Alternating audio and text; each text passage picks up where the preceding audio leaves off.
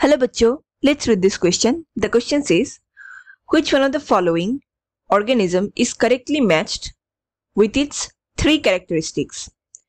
यहाँ पे क्वेश्चन में चार ऑप्शंस दिए गए हैं एंड यहाँ पे एक एवरी ऑप्शंस में एक ऑर्गेनिज्म को मेंशन किया गया है जिसका थ्री कैरेक्टरिस्टिक्स उनके साथ मैचिंग किया गया है.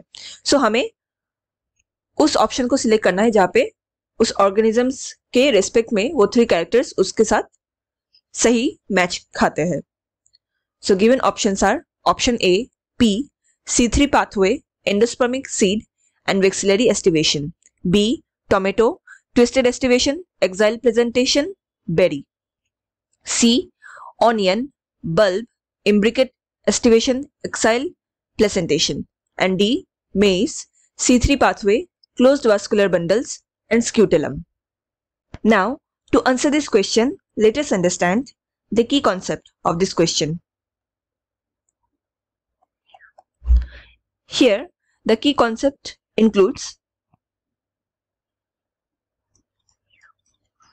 different floral characters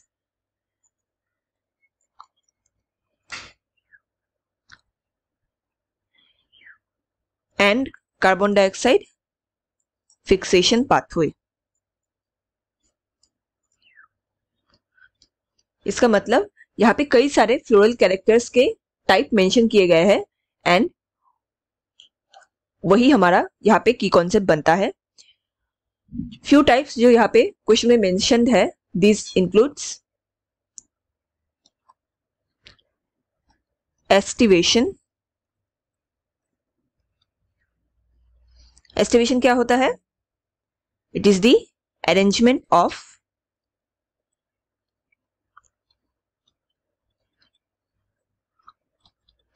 petals or sepals on floral bud.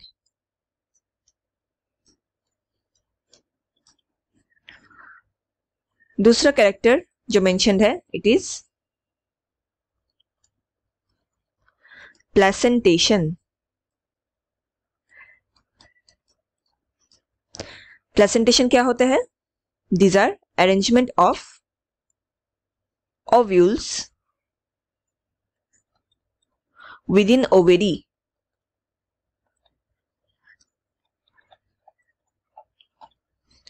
Next character is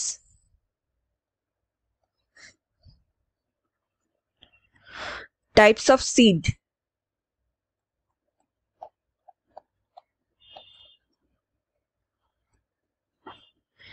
seed दो टाइप के प्रेजेंट होते हैं. इट इज पहला होता है एंडोस्पर्मिक सीड. पहला होता है एंडोस्पर्मिक सीड और इसको एल्ब्यूमिनस सीड भी कहते हैं. एंड दूसरा टाइप होता है non endospermic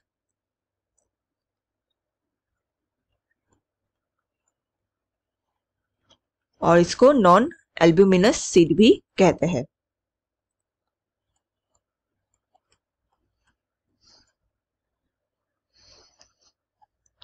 Now, next character is types of vascular bundle.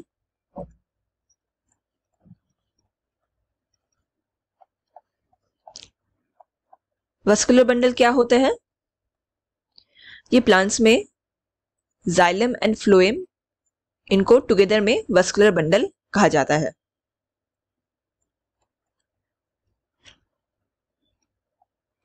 Xylem water content को ट्रांसपोर्ट करने में हेल्प करता है and phloem food resources that is sucrose, इनको प्लांट्स में ट्रांसपोर्ट करने में हेल्प करते हैं.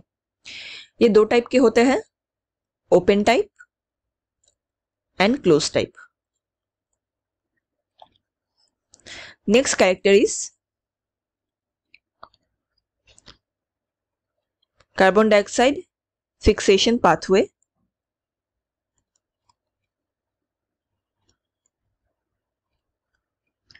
ये भी दो प्रकार के होते हैं. पहला है C3 पाथवे एंड दूसरा है C4 पाथवे.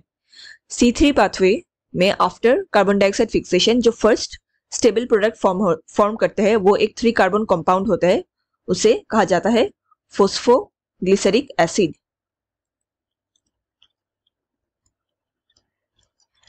एंड यही जो 3 कार्बन कंपाउंड फॉर्म हो रहे हैं इसी के बेसिस पे इस पाथवे को C3 पाथवे कहा जाता है, और इसमें जो भी प्लांट्स शामिल होते हैं जो इस पाथवे के फॉलो करते हैं उनको C3 प्लांट्स कहा जाता है।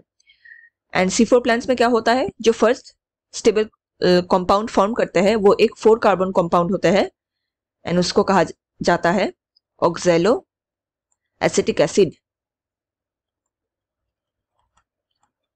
सिंस ये 4 कार्बन कंपाउंड फॉर्म कर रहे हैं दैट्स वाई इस पाथवे को C4 पाथवे कहा जाता है, एंड इनमें आने वाले सारे प्लांट्स जो इस पाथवे को फॉलो करते हैं उनको C4 प्लांट्स कहा जाता है। Now we will analyse the 4 options separately. So पहले ऑप्शन में दिया गया है P. It is mentioned as C3 pathway, endospermic seed and vexillary estivation. ये स्टेटमेंट इनकरेक्टली मैच्ड है बिकॉज P में हमें एंडोस्पर्मिक सीड नहीं बल्कि नॉन एंडोस्पर्मिक सीड देखने को मिलते हैं।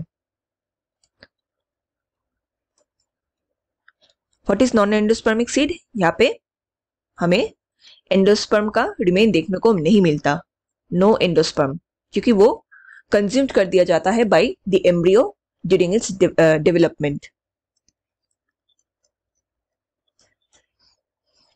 सो ये हमारा इनकरेक्ट स्टेटमेंट है।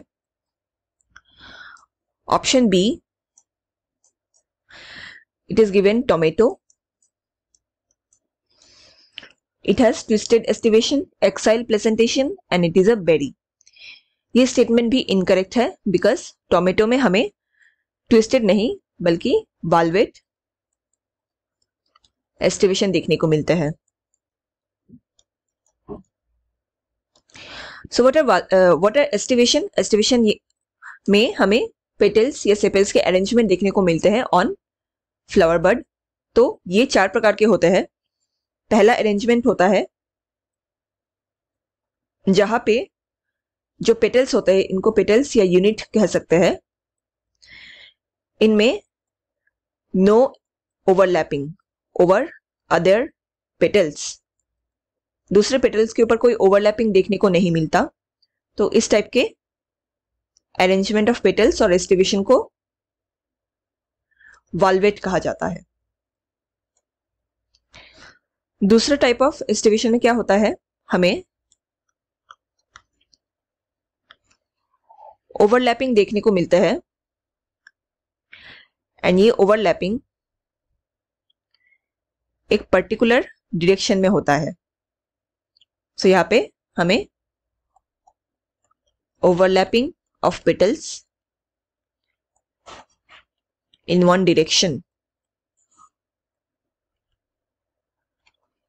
एंड इसको कहा जाता है ट्विस्टेड एस्टिवेशन, क्योंकि ये एक पर्टिकुलर डायरेक्शन में ट्विस्टेड पाए जाते हैं। दूसरा एस्टिवेशन होता है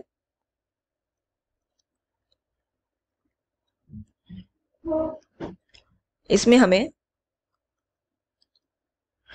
ओवरलैपिंग देखने को मिलते हैं of petals but not in any specific direction.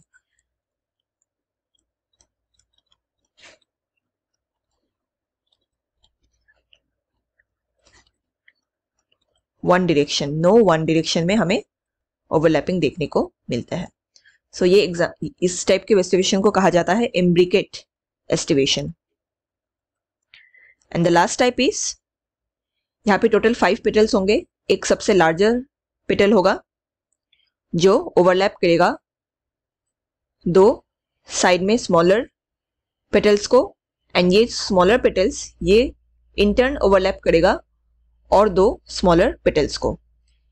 इस लार्जर पेटल को कहा जाता है स्टैंडर्ड पेटल एंड ये 2 साइड में जो प्रेजेंट है इनको विंग्स कहा जाता है, एंड ये नीचे के 2 पेटल्स को इन्हें कील्स कहा जाता है। सो ऐसा एस्टिवेशन हमें या इस टाइप के एस्टिवेशन को कहा जाता है वेक्सिलरी एस्टिवेशन। सो टोमेटो ये वाल्वेट एस्टिवेशन पे फॉल करते हैं। वाल्वेट एस्टिवेशन का एग्जाम्पल होता है टोमेटो। सो अगेन ये स्टेटमेंट इनकरेक्ट स्टेटमेंट है। Next option is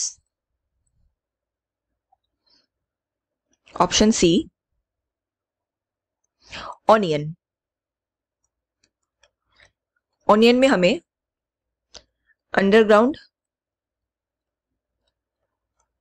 modified stem देखने को मिलते हैं, जिसको बल्ब कहा जाता है, एंड ये सराउंडेड होते हैं विथ फ्लेशी लीव्स, एंड यही फ्लेशी लीव्स ये फूड स्टोरेज का काम भी करता है। इसके साथ साथ हमें ऑनियन में इम्ब्रिकेट एस्टिवेशन देखने को मिलते हैं, एंड इसमें एक्साइल प्लेसेंटेशन होता है। Placentation is arrangement of ovules with in the ovary. तो ये एक्साइल टाइप का हमें देखने को मिलता है, एंड ये स्टेटमेंट हमारा यहाँ पे करेक्ट स्टेटमेंट होता है। नेक्स्ट ऑप्शन इज मेज।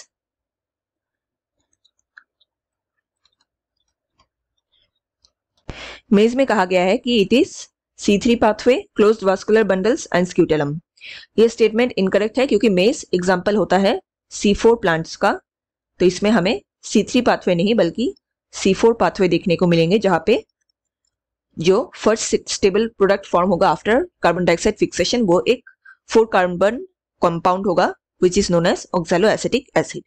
सो ये स्टेटमेंट भी इनकरेक्ट स्टेटमेंट है। सो according to question, the correct answer here will be option C, onion, bulb, imbricate estivation and axial placentation. Hope you understood it well. Best of luck.